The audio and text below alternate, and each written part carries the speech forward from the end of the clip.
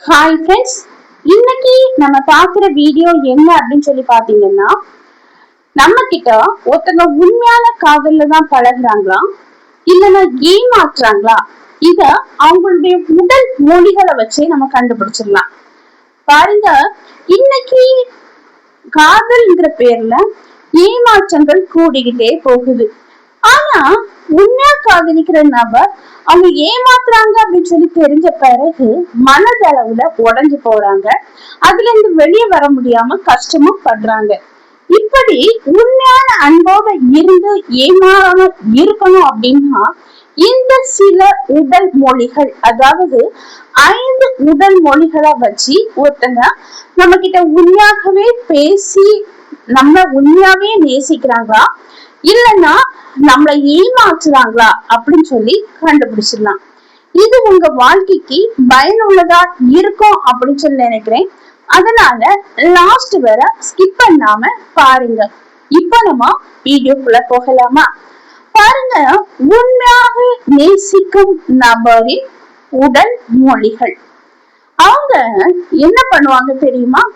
நம்ம அவங்கள கவனிக்காம நம்ம வேற யாருக்கிட்டயாவது நின்று பேசிட்டு இருந்தா அவங்க நம்மளை காப்பாத்திட்டே இருப்பாங்க. ஆனா அவங்க நம்மளை பாக்குறாங்க அப்படின்னு சொல்லி திரும்பி பார்த்தோம்னா அவங்க வேற யாரையோ பார்த்த மாதிரி ஆக்ட் பண்ணுவாங்க. இது ரகசியமா செய்கிற ஒரு விஷயம். இப்படி ஒருத்தங்க நீங்க பார்க்காத நேரம் உங்களை பார்த்துட்டு நீங்க பார்க்கும்போது வேற எங்கேயாவது பார்த்த மாதிரி இருக்காங்க அப்படின்னா அவங்க உங்களை ரகசியமா நேசிச்சுட்டு இருக்காங்க அப்படின்னு சொல்லி அர்த்தம். ரெண்டாவது பாத்தீங்கன்னா, நீங்க அவங்கள பார்க்கும்போது சின்னதா ஒரு ஸ்மைல் பண்ணுவாங்க. உங்களை பார்த்த உடனே ஒரு சின்ன சிரிப்பு சிரிப்பாங்க. இது ரெண்டாவது உடல் மொழி. மூணாவது பாத்தீங்கன்னா, அவங்க உங்களை பார்க்கும்போது கண்கள் உங்களுக்கு நேராகவே பார்க்கும், உங்க ஐபாலோட பார்க்கும். இப்படி இருந்தாலும் அந்த நபர் உங்ககிட்ட நேசிக்கிறாங்க அப்படின்னு சொல்லி அர்த்தம்.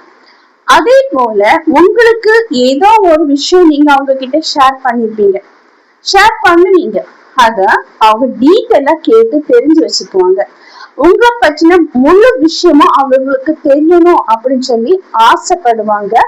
அதே போல தெரிஞ்சும் வச்சுக்குவாங்க. இன்னொன்னு, உங்க கூட எப்பவுமே இருக்கணும் அப்படின்னு சொல்லி ஒரு ஆசையில காரணமே இல்லாம உங்ககிட்ட பேச தொடங்குவாங்க.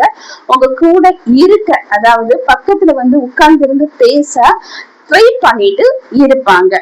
அதுக்கு அடுத்தது பாத்தீங்கன்னா, உங்க வாழ்க்கையில ஏதோ ஒரு பிரச்சனை அப்படிங்கும் போது எல்லாரும் கைவிட்டுட்டு போனாலும் அந்த பிரச்சனை அவங்களுக்கு உரியது அப்படின்னு சொல்லி நினைச்சிட்டு அதை தீர்க்கறதுக்கு என்னெல்லாம் முடியுமோ அதை ட்ரை பண்ணுவாங்க. இந்த உடல் மொழிகளை வச்சு நம்ம அவங்க உண்மையாகவே உங்களை நேசிக்கிறாங்க அப்படின்னு சொல்லி நம்ம புரிஞ்சுக்கலாம். ஆனா சில நபர்கள் ஷை டைப்பா இருப்பாங்க, அதாவது வெட்கப்படக்கூடிய ஒரு கேரக்டர். அவங்க நேச்சுரலாவே அவங்க பாடி லாங்குவேஜ் இப்படி இருக்கும், அதை வச்சு நம்ம கணக்கு போட முடியவே முடியாது.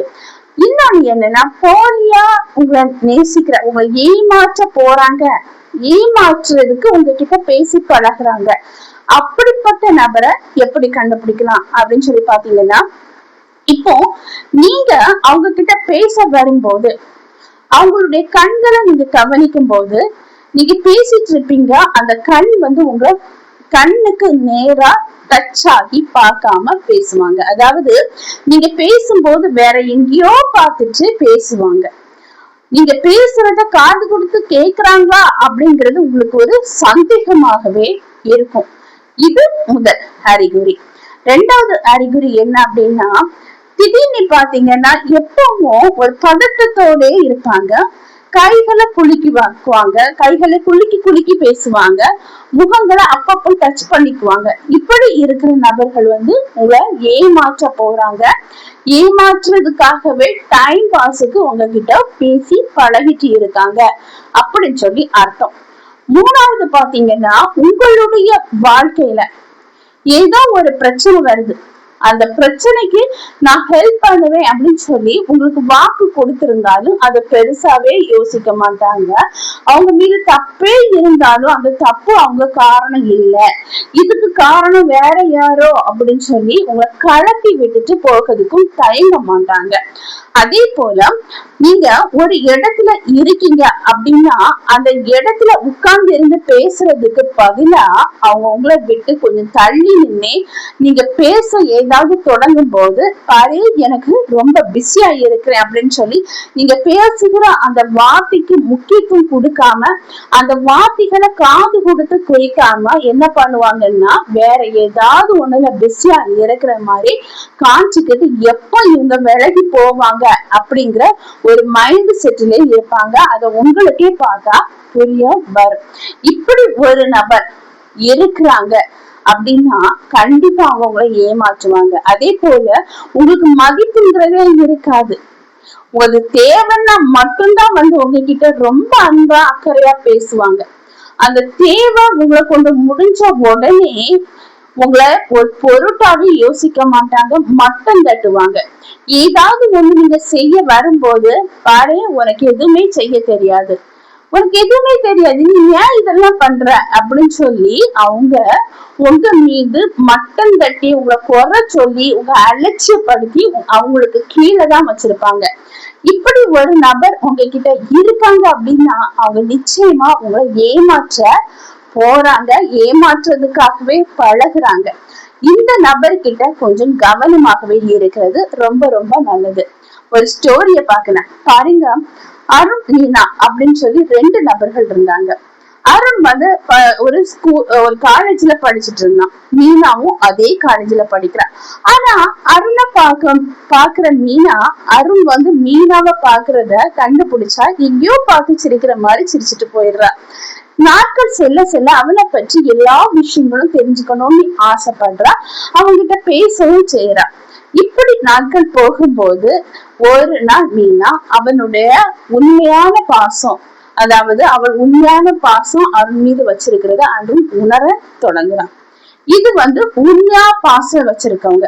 ஒரு கஷ்டம் சொல்லி அருணுக்கு வரும்போது மீனா முன் நின்று அந்த கஷ்டத்தை போக அவளால என்ன முடியுமோ அத உதவி பண்றா.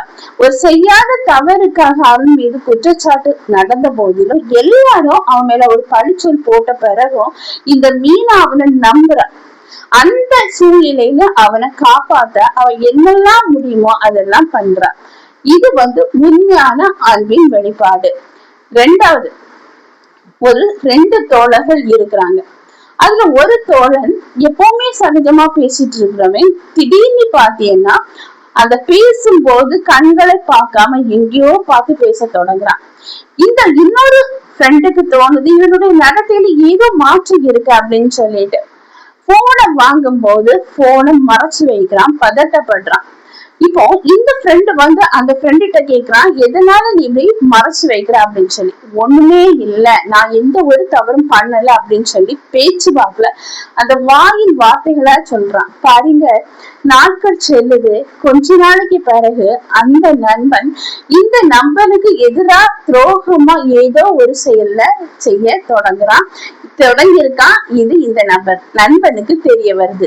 இது ஏமாற்றுவது உடல் மொழி. இப்படி இந்த உடல் மொழிகளை வச்சு ஒருத்தங்க உங்களை உண்மையா நேசிக்கிறாங்களா இல்லைன்னா ஏமாற்ற போறாங்களா அப்படின்னு சொல்லி கண்டுபிடிச்சிடலாம். ஆனால் சில நபர்கள் சைட் டைப், அதாவது கூச்ச சுபாவம் உடையவங்க எப்பவுமே அடுத்தவங்க புதுசா ஒருத்தங்க பார்க்கும்போது கண்ணுக்கு நேரா பார்த்து பேச பழக மாட்டாங்க, சம்பந்தத்தலையோட இருப்பாங்க. இன்னொன்னு என்னன்னா அவங்க அடுத்தவங்க கிட்ட சகஜமா பேச பயப்பட்டவங்களா இருப்பாங்க. இப்படிப்பட்ட கேரக்டர் இருக்கிறவங்களையும் நம்ம சர்ச் பண்ண முடியவே முடியாது. ஓகே ஃப்ரெண்ட்ஸ், இந்த வீடியோ உங்களுக்கு பயனுள்ளதா இருக்கும் அப்படின்னு சொல்லி நினைக்கிறேன். நான் உங்களை நெக்ஸ்ட் வீடியோல மீட் பண்றேன். அதுவரை பை, see you. இந்த வீடியோ பிடிச்சிருந்தனா லைக் பண்ணுங்க, ஷேர் பண்ணுங்க, சப்ஸ்கிரைப் பண்ணுங்க, பக்கத்துல இருக்கிற ஆளுங்கிற பட்டனை கிளிக் பண்ணிக்கோங்க. அப்பதான் நான் போடக்கூடிய வீடியோ உடனுக்குடன் அப்லோட் ஆகும். நான் உங்களை நெக்ஸ்ட் வீடியோல மீட் பண்றேன். அதுவரை பை, see you.